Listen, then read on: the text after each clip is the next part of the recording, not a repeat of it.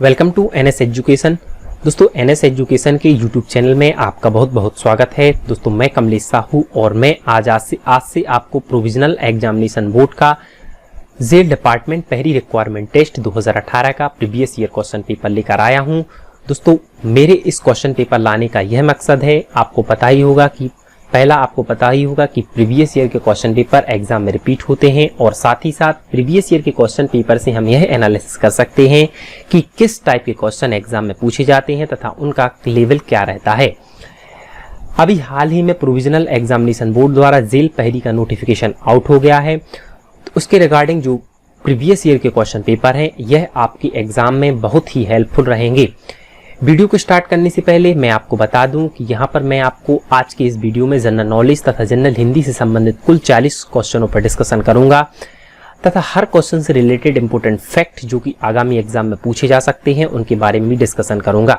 साथ ही साथ हर क्वेश्चन से रिलेटेड जो आज के हिसाब से करंट है उसको भी मैं अपडेट करते जाऊंगा। चलिए स्टार्ट करते हैं जनरल नॉलेज के क्वेश्चन से। और आज का हमारा पहला जनरल नॉलेज का क्वेश्चन है, भारतीय विमानपत्तन प्राधिकरण AAI द्वारा आधुनिक नागरिक उड्डयन अनुसंधान संगठन कहां स्थापित किया जाएगा। तो दोस्तों आपको याद रखना है कि यह हैदराबाद में स्थापित किया जाएगा। इस प्रकार हमारा थर्ड ऑप्शन इसका राइट आंसर है। चूंकि इस क्वेश्चन में AA के बारे में पूछा गया है, अतः मैं आपको बता दूं कि AA अर्थात इसका full form airport authority of India है।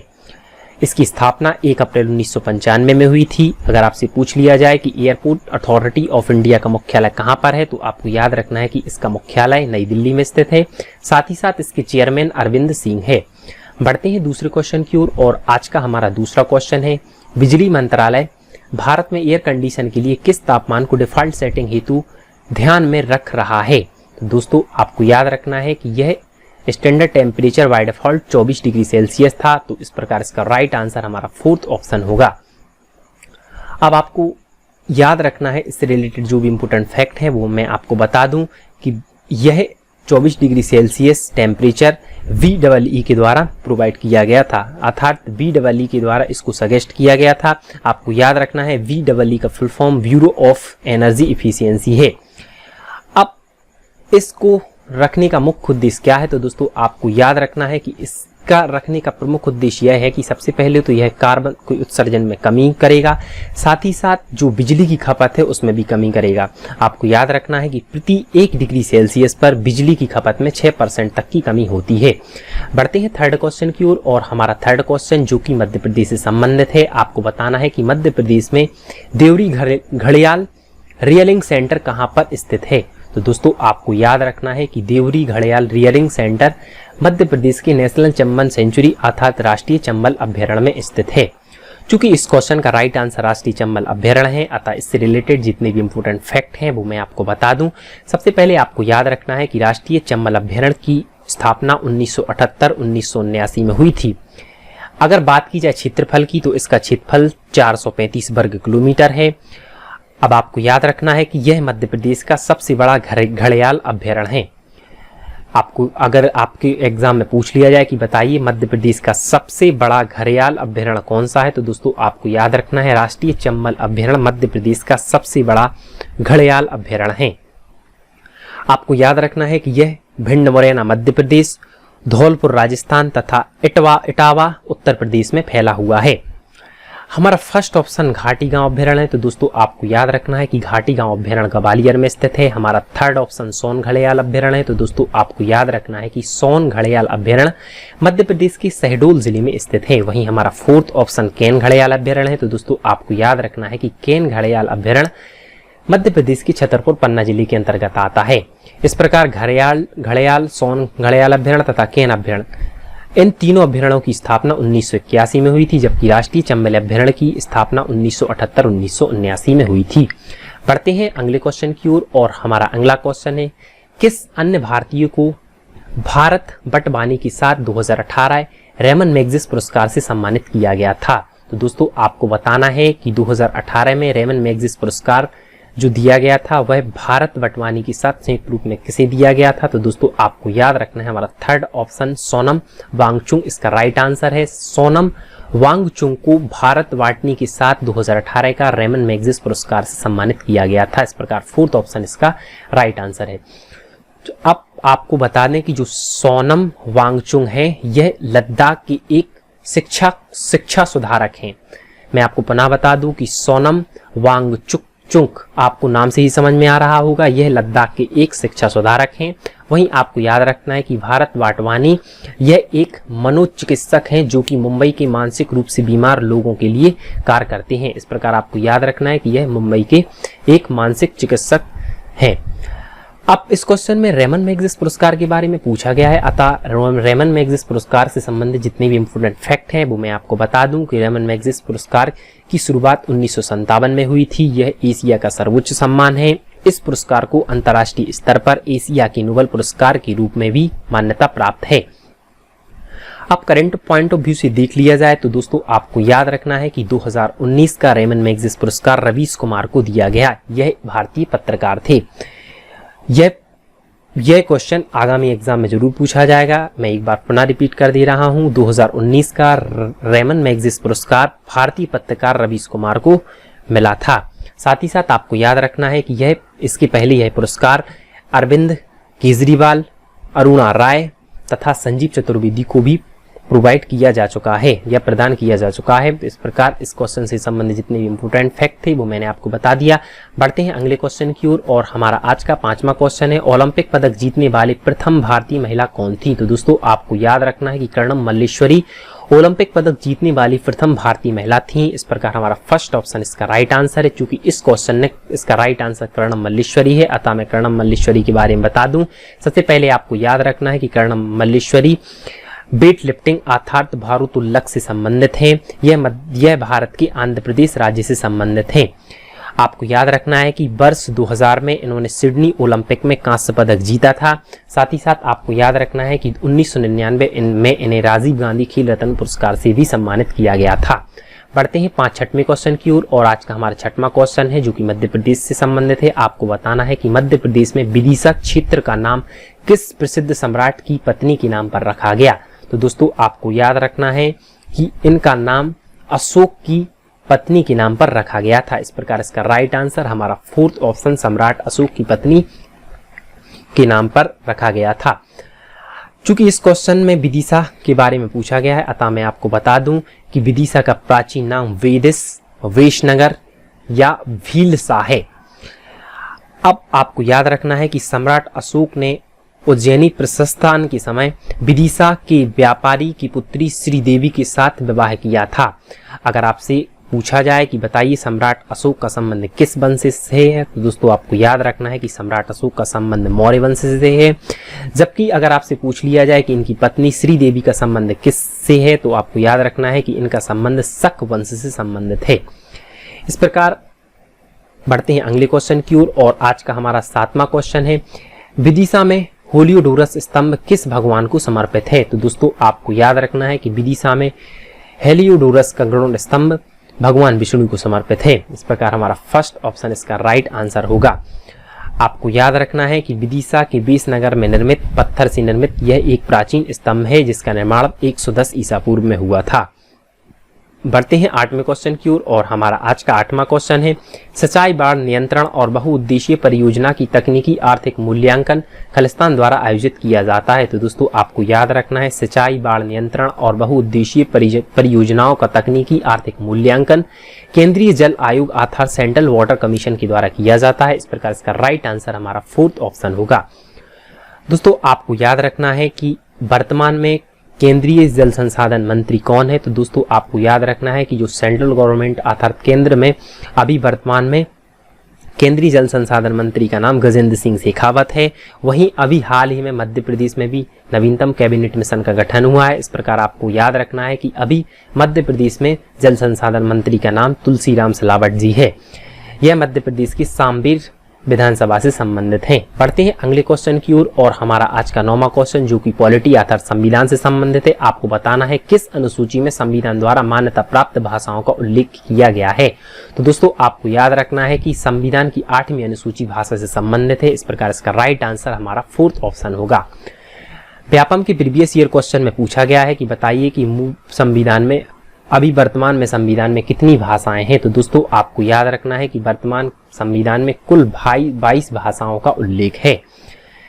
साथ ही साथ इस क्वेश्चन से रिलेटेड इंपोर्टेंट फैक्ट है वो मैं आपको बता दूं। इस क्वेश्चन में आपको याद रखना है कि जो 6वीं अनुसूची है, यह अनुसूची असम, मेघालय, त्रिपुरा तथा मिजोरम राज्यों में जनजातीय क्षेत्रों की प्रशासन के प्रावधान से संबंधित है। वहीं 7वीं अनुसूची केंद्र व राज्य की मध्य शक्तियों की आवंटन से संबंधित है। वहीं हमारी 8वीं अनुसूची भाषा से संबंधित है तथा हमारी 9वीं अनुसूची संपत्ति पर कब्जा या संपत्ति पर अधिकार से संबंधित है। इस प्रकार इस क्वेश्चन से संबंधित जितने भी इंपोर्टेंट फैक्ट थे वो मैंने आपको बता दिए। बढ़ते हैं अगले क्वेश्चन की ओर और हमारा आज का 10वां क्वेश्चन है। मई 2018 में केंद्र सरकार ने राष्ट्रीय मानसिक स्वास्थ्य पुनर्वास संस्थान अर्थात NIMHR की स्थापना को किस शहर में मंजूरी दी थी? तो दोस्तों आपको याद रखना है कि इसकी मंजूरी मध्य प्रदेश की राजधानी भोपाल में दी थी। इस प्रकार इसका राइट आंसर हमारा 4th ऑप्शन है। यहीं पर राष्ट्रीय मानसिक स्वास्थ्य पुनर्वास संस्थान की मंजूरी दी थी। बढ़ते हैं 11वें क्वेश्चन की ओर और आज का हमारा 11वां क्वेश्चन है। आपको बताना है कि मध्य प्रदेश में सिंचाई क्षमता में सुधार के लिए भारत सरकार ने खालिस्तान के साथ $375 ऋण समझौते पर हस्ताक्षर किए थे। तो दोस्तों आपको याद रखना है कि सिंचाई क्षमता में सुधार के लिए भारत सरकार ने एशियन डेवलपमेंट बैंक अर्थात ADB के साथ $375 ऋण समझौते पर हस्ताक्षर किए थे। इस प्रकार इसका राइट आंसर हमारा 1st ऑप्शन है। चूंकि इस क्वेश्चन का राइट आंसर ADB है, अतः मैं ADB के बारे में आपको बता दूं कि ADB का full form Asian development bank है। इसकी स्थापना 19 दिसंबर 1966 को हुई थी। इसका मुख्यालय मनीला में है जो कि फिलीपींस की कैपिटल है, अर्थात फिलीपींस की राजधानी मनीला में इसका मुख्यालय है। साथ ही साथ आपको याद रखना है कि अभी वर्तमान में सदस्य देशों की संख्या 67 है। अगर आपसे पूछ लिया जाए कि बताइए इसकी वर्तमान में अध्यक्ष कौन है, तो दोस्तों आपको याद रखना है कि इसकी वर्तमान में अध्यक्ष ताकेहिको नकाउ हैं। साथ ही साथ आपको याद रखना है कि अभी कोविड महामारी में इसने अभी भारत को $2.2 अरब की आर्थिक मदद देने का ऐलान किया था। बढ़ते हैं अगले क्वेश्चन की ओर और हमारा अगला क्वेश्चन 12वां क्वेश्चन है। 2016 में मध्य प्रदेश निम्नलिखित में से किस विभाग को बनाने वाला पहला भारतीय राज्य बना था? तो दोस्तों आपको याद रखना है कि आनंद विभाग को बनाने वाला मध्य प्रदेश पहला राज्य बना था। चूंकि इसका राइट आंसर आनंद है, अतः मैं आपको बता दूं कि मध्य प्रदेश के किस शहर को आनंद नगरी के नाम से जाना जाता है? तो दोस्तों आपको याद रखना है कि मध्य प्रदेश का मांडू जिला को आनंद नगरी के नाम से जाना जाता है। यह एग्जाम MPPSC के प्रीवियस ईयर क्वेश्चन पेपर में पूछा गया है। आपको याद रखना है कि मध्य प्रदेश के आनंद विभाग का अध्यक्ष मध्य प्रदेश के CM होते हैं। इस प्रकार अगर आपसे पूछा जाए कि बताइए कि आनंद विभाग के अध्यक्ष कौन है, तो आनंद विभाग का अध्यक्ष मध्य प्रदेश के मुख्यमंत्री होते हैं। यह भी क्वेश्चन व्यापम के प्रीवियस ईयर क्वेश्चन पेपर में रिपीट हुआ है। बढ़ते हैं अगले क्वेश्चन की ओर और हमारा अगला क्वेश्चन है। भोपाल, ग्वालियर, जबलपुर, इंदौर, उज्जैन और सतना के अलावा निम्नलिखित शहरों में भी मध्य प्रदेश में एकीकृत नियंत्रण और कमान केंद्र अर्थात ICCC के माध्यम से निगरानी की जाती है। तो दोस्तों आपको याद रखना है कि इनके अलावा जो हमारा 7वां शहर है उसका नाम मध्य प्रदेश का सागर जिला है। यहाँ पर भी ICCC अर्थात integrated control and command centre है।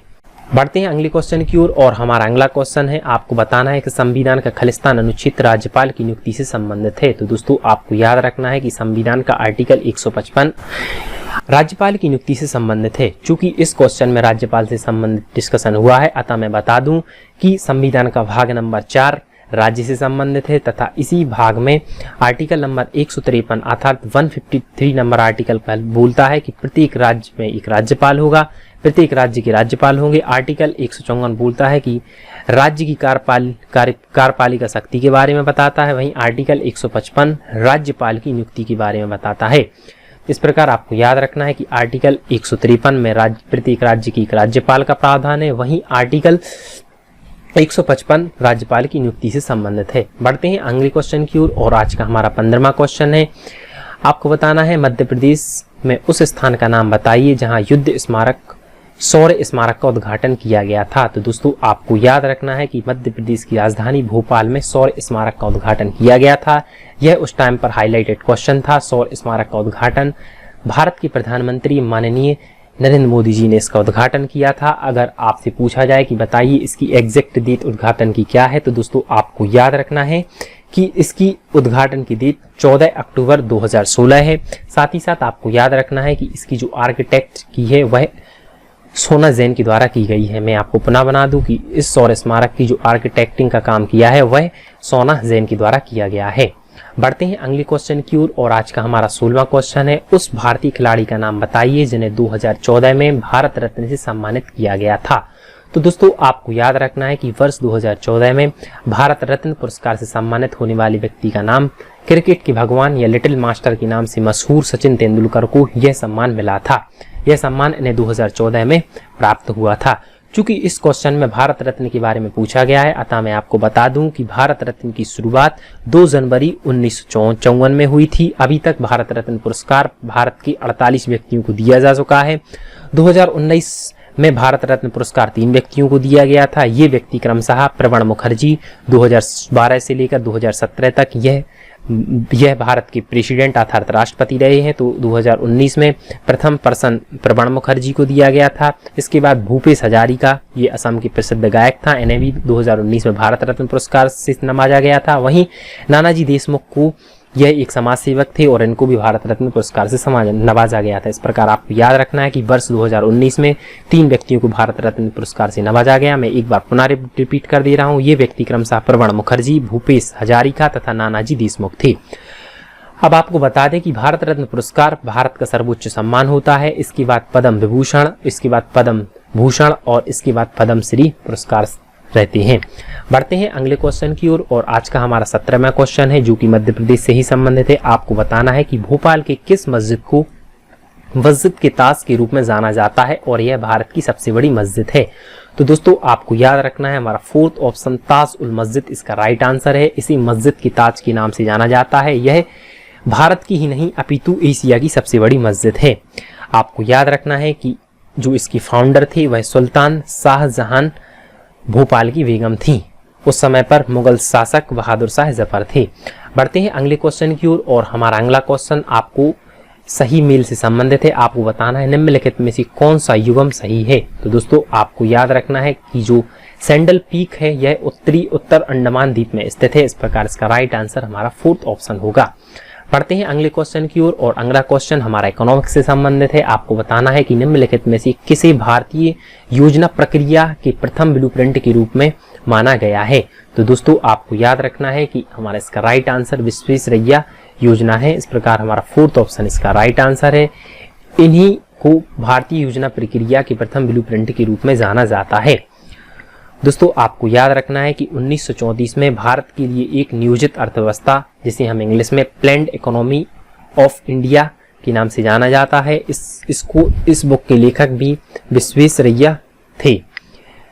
बढ़ते हैं अगले क्वेश्चन की ओर और हमारा अगला क्वेश्चन जो कि 20वां क्वेश्चन है और आज की जीके का अंतिम क्वेश्चन है और यह क्वेश्चन आगामी एग्जाम में जरूर पूछा जाएगा। आपको याद रखना है जुलाई 2018 में अंजलि एला मेनन को मध्य प्रदेश सरकार द्वारा दृश्य कला के लिए किस प्रतिष्ठित पुरस्कार से सम्मानित किया गया है।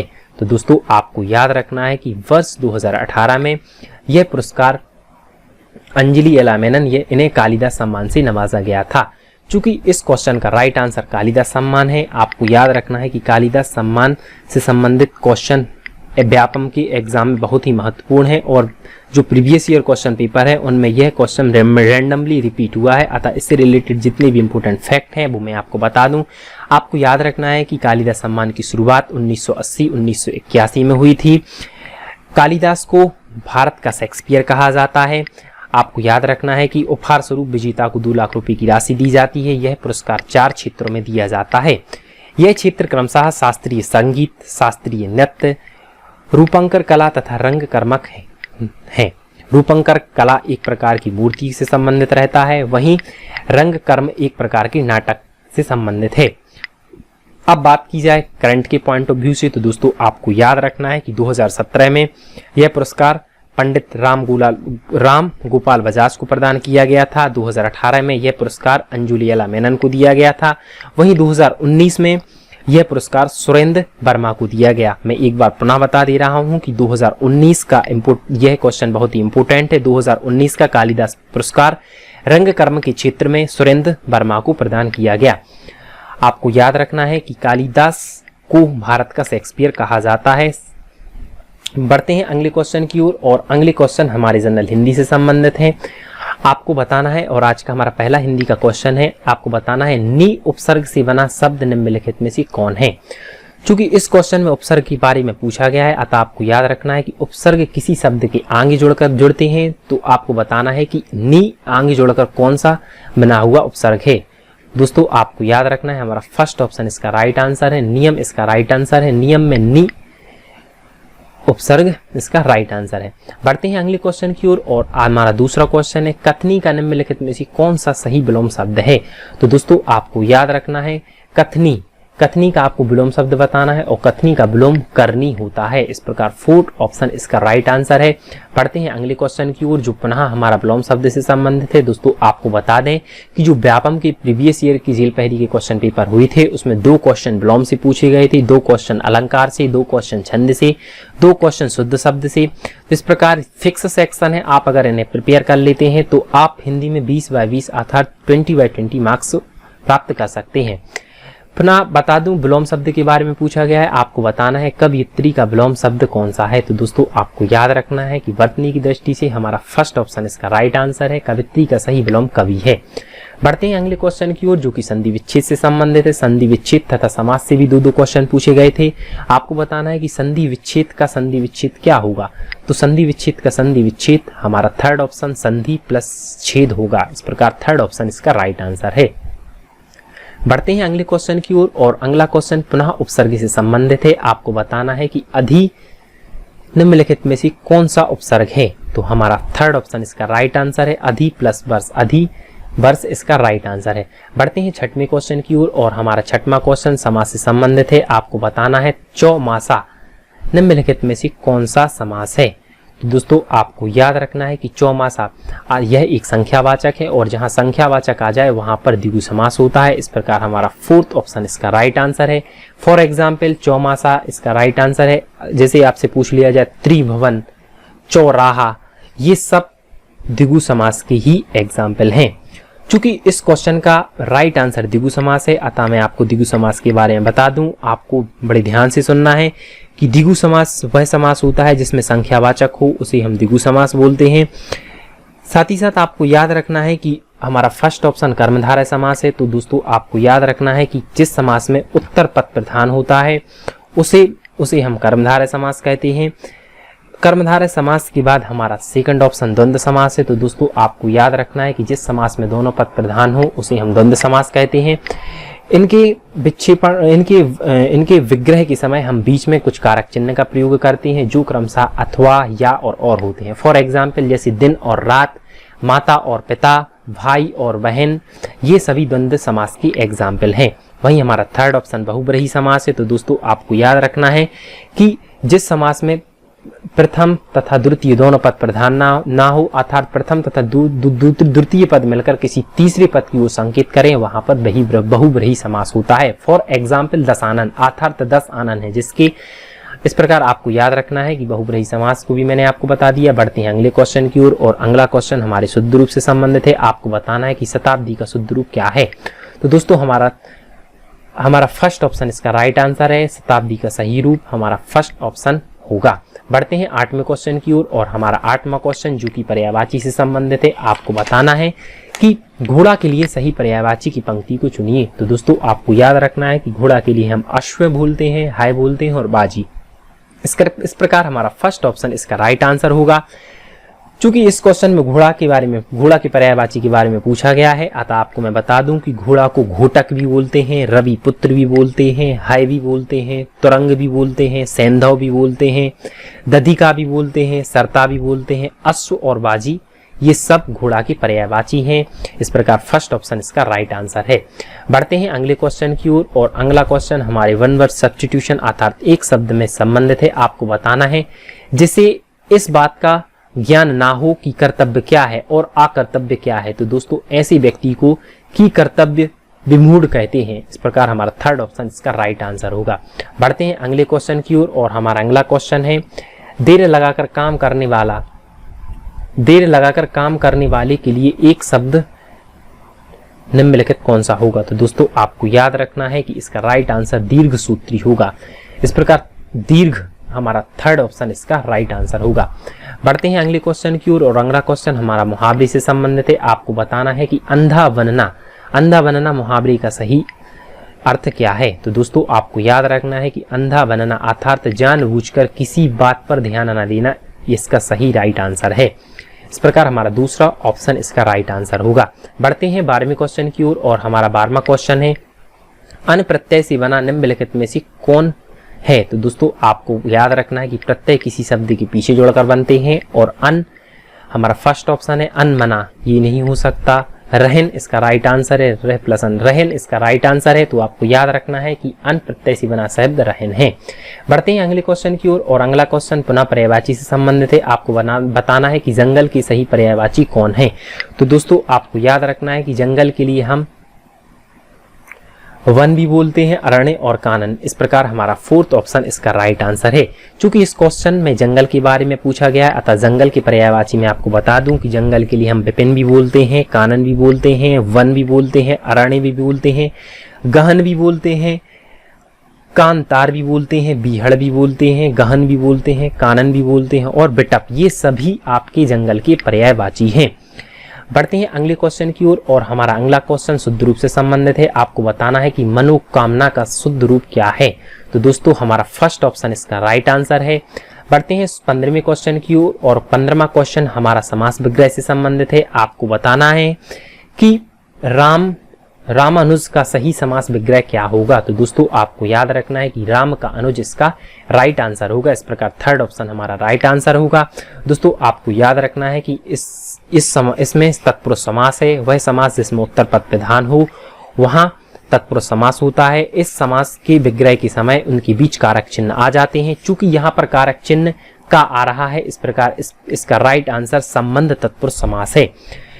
आपको याद रखना है कि राजपुत्र अर्थात राजा का पुत्र, राष्ट्रपति अर्थात राष्ट्र का पति, हिमालय अर्थात हिम का आलय, गंगा जल अर्थात गंगा का जल, इन सभी में हमारा संबंध तत्पुरुष समास है। बढ़ते हैं अगले क्वेश्चन की ओर और हमारा अगला क्वेश्चन संधि विच्छेद से संबंधित है। आपको बताना है अनुच्छेद के लिए सही संधि विच्छेद क्या होगा? तो दोस्तों आपको याद रखना है अनु प्लस छेद, फर्स्ट ऑप्शन इसका राइट आंसर है। बढ़ते हैं अगले क्वेश्चन की ओर और अगला क्वेश्चन हमारे रस से संबंधित है। आपको बताना है कि निम्नलिखित एक आपको सब वो दिया गया है, सेंटेंस दिया गया है। इसमें आपको बताना है कि इसमें कौन सा रस है। इसमें पूछा गया है पीतम द्रग मीतम मीचत पिया, पानी परख सुख पाए और जानी पछानी अजान लो, नेकू ना होती लखाए। तो दोस्तों आपको याद रखना है कि इसमें श्रृंगार रस है।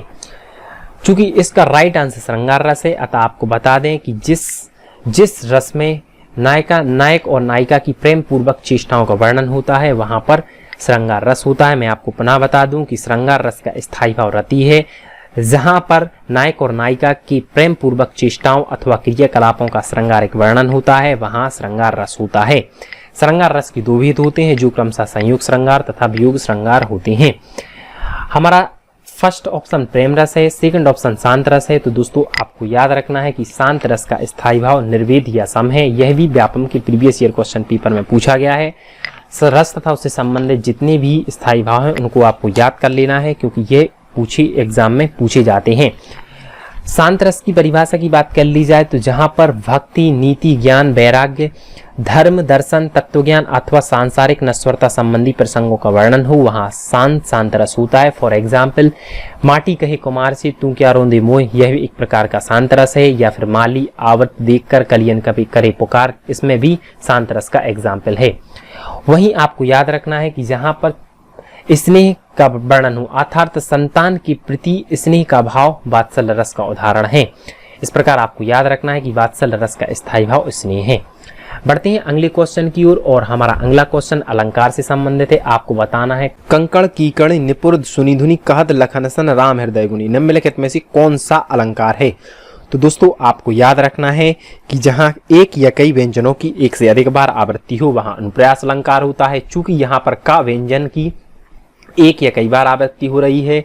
तो इस प्रकार इसका राइट आंसर अनुप्रास अलंकार होगा। हमारा फर्स्ट ऑप्शन श्लेष अलंकार है। तो दोस्तों आपको याद रखना है, श्लेष का अर्थ चिपका हुआ, अर्थात जहां पर एक ही शब्द के एक से अधिक अर्थ निकले वहां श्लेष अलंकार होता है।